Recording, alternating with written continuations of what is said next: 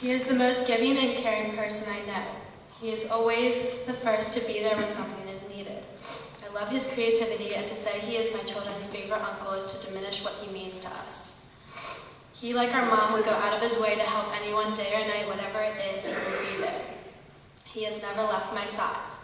He, for the entirety of my life, has been a constant source of positivity and happiness. These are all quotes from his family and friends. Last but not least, mine. He is my best friend. Now, backstory behind these quotes: every single person I asked for one, I made sure to specify one sentence. Yet no one could follow that. No one could fit all of what they loved about him into one simple sentence. By now, I'm sure half of this audience already knows who this speech is about. All of my friends, teammates, and teachers throughout my years here know that my dad is my best friend. He is my shoulder to cry on, my pranking partner, the angel and sometimes devil on my shoulder, but most of all, my better and definitely more embarrassing half. I know, hard to believe, but it is possible to be more embarrassing than me. I guess I should start from the beginning of our relationship. I've always been right by my dad's side, whether it was sitting on top of the vacuum cleaner while he was trying to clean, holding onto his calf wherever he walked, or even riding front row on the ATV. We were inseparable. Of course, along with being inseparable came the downside of him always knowing the second I did something wrong, or let's say chose to omit the truth. Now, while there were multiple times I got in trouble, there is one that sticks out like a sore thumb to me. Not only for me, but also my dad. You see, my dad has a very particular parenting style, and that consists of clever punishments to ensure I never repeat those mistakes again. Usually, I would have to pick my own punishment, and without fail, I would end up giving myself a harsher punishment than he would have ever thought of himself. Well, this one time was not like the others. He chose the punishment, and it was that I had to pick one of my beloved Webkinz from the assortment of about 50 or so, and throw it in the trash myself. Gone forever. I did what he asked, and yes, I cried, but I've come to find out in the recent years that it scarred him much more than it did me. Apparently, he later went into the trash when I was asleep that night and retrieved the stuffed animal, but refuses to give it back to me to this day. Well, Dad.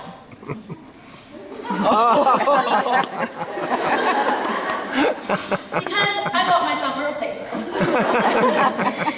Yes, I did in fact go searching through Amazon for about an hour looking for the exact one. And yes, I do also think I am about the most clever person on the planet for this.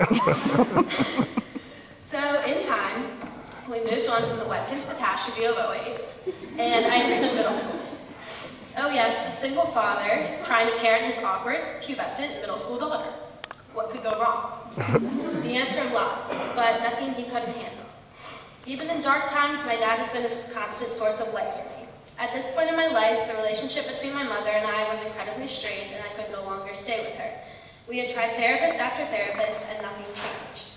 My dad was unwaveringly there through it all. The 1 a.m. phone calls to come pick me up from her house, the countless court cases, police visits, and endless nights spent up crying. My schoolwork slipped, and my dad was there already helping me back up on my feet. He has a knack for being there for people. He could barely know you, but if you need someone, he is there, no questions asked. I have to say, it is honestly one of my favorite things about him. As I've grown older, my dad has continued to support me. He has been right by my side for all of the heartbreaks, successes, failures, and even classic high school mental breakdowns. To say he has been the one steady in my life would be an understatement.